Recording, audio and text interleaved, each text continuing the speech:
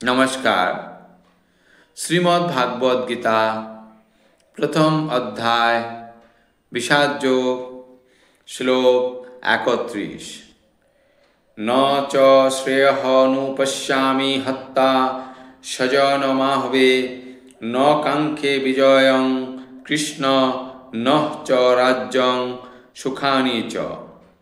न अर्थात न च ओ श्रेय मंगल অনুপশ্যামি দেখতে পাচ্ছি, হত্যা করে স্বজনম আত্মীয় স্বজনদের আহবে যুদ্ধে না কাঙ্ক্ষে আকাঙ্ক্ষা করি বিজয়ম যুদ্ধে জয় কৃষ্ণ হে কৃষ্ণ না চ ও রাজ্যম রাজ্য সুখানি সুখ চ ও।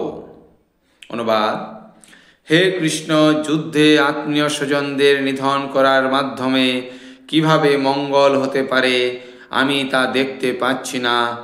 আমি কোনো যুদ্ধ জয়, রাজ্য এবং শুভ কামনা করি না।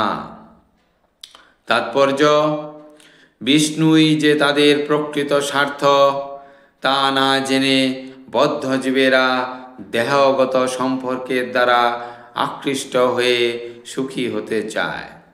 জীবনের এই প্রকার অন্ধ ধারণার বশবর্তী হয়ে তারা এমনকি জাগতিক সুখের কারণগুলিও ভুলে যায়।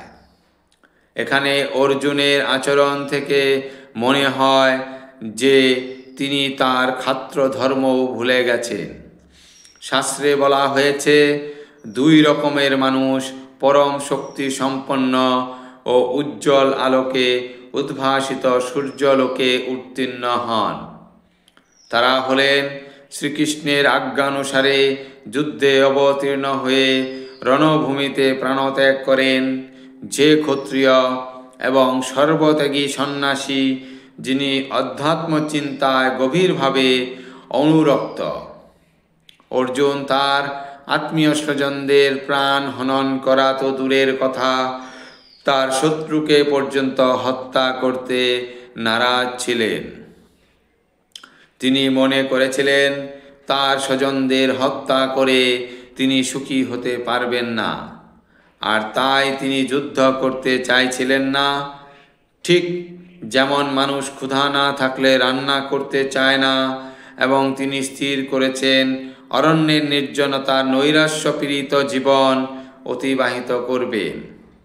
কিন্তু ক্ষত্রিয় রূপে জীবন ধারণের জন্য তার একটি রাজত্বের প্রয়োজন ছিল, কারণ ক্ষত্রিয় অন্য কোনো পেশায় নিযুক্ত হতে পারেন না। কিন্তু অর্জুনের কোনো রাজত্ব ছিল না।